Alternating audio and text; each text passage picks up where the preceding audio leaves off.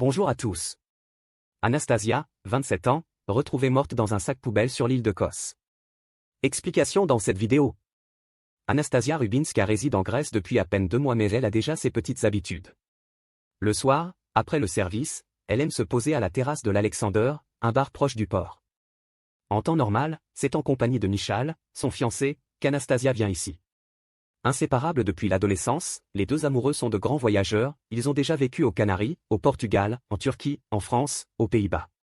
Ils ont compris très jeunes que leur Pologne natale ne leur offrirait pas la vie dont ils rêvent.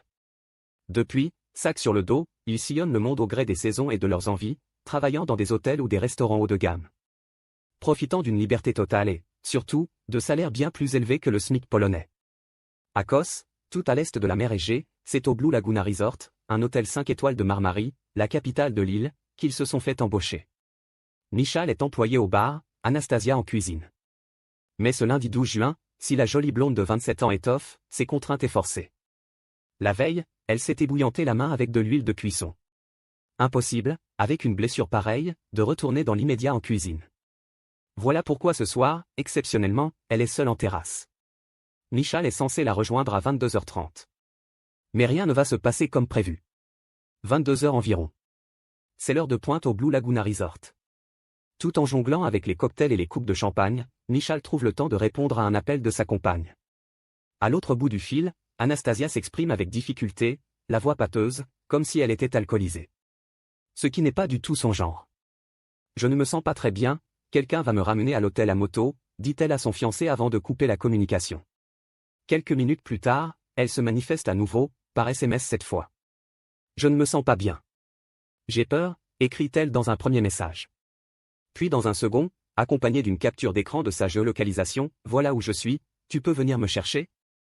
Michal tente de la rappeler, mais le portable sonne dans le vide. Tandis qu'il va expliquer la situation à son patron et lui demander s'il peut quitter le service en urgence. Il reçoit un troisième message, ne t'inquiète pas, tout va bien. Loin de le rassurer, ce SMS le trouble plus que les deux précédents. Est-ce vraiment Anastasia qui a écrit cela? Quittant l'hôtel au pas de course, Michal fonce à l'endroit qu'elle lui a indiqué. C'est un terrain vague totalement désert. Peut-être est-elle rentrée à leur hôtel? Mais non, elle n'y est pas non plus. Et son portable est désormais sur messagerie. Fou d'angoisse, le jeune homme appelle la police. Elle est majeure?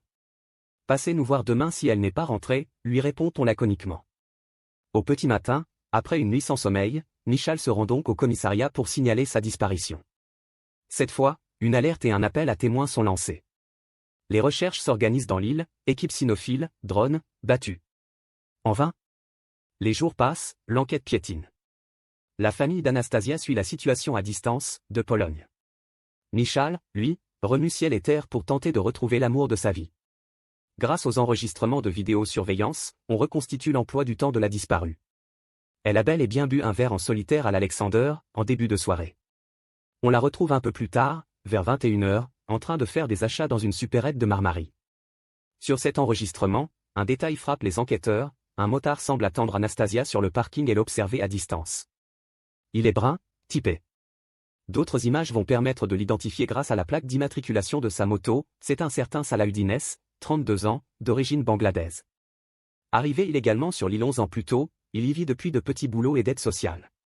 C'est certainement le type dont Anastasia parlait quand elle évoquait quelqu'un qui allait la ramener chez elle à moto. Les pièces du puzzle commencent à s'assembler. Reste à comprendre pourquoi la jeune Polonaise aurait fait confiance à ce parfait inconnu. Était-elle droguée? Et surtout, où l'a-t-il emmenée?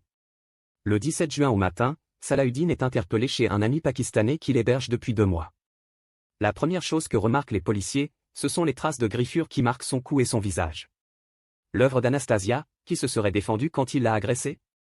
Je me suis fait ça en travaillant dans les champs, affirme Salahuddin. Vérification faite, il n'a pas travaillé depuis des mois. C'est le premier mensonge d'une longue série. L'homme prétend d'abord n'avoir jamais vu Anastasia Rubinska puis, confronté aux images de vidéosurveillance qui le montrent avec elle sur sa moto, il change sa version de l'histoire. Le soir du 11 juin, il l'aurait croisée par hasard à la sortie de cette supérette.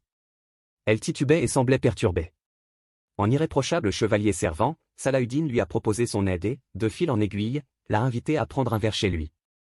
Là, ils auraient eu des relations sexuelles totalement consenties et il l'aurait ensuite ramené dans le centre-ville. Gulan, l'homme qui héberge Salahuddin, confirme avoir croisé Anastasia chez lui ce soir-là. La jeune femme lui a paru bizarre, pas dans son état normal. Mal à l'aise, Gülen aurait alors demandé au couple de partir. Le lendemain, explique-t-il, Salahuddin est revenu tôt le matin. Il était sale, couvert de terre et de traces d'herbe. Ses bottes étaient boueuses.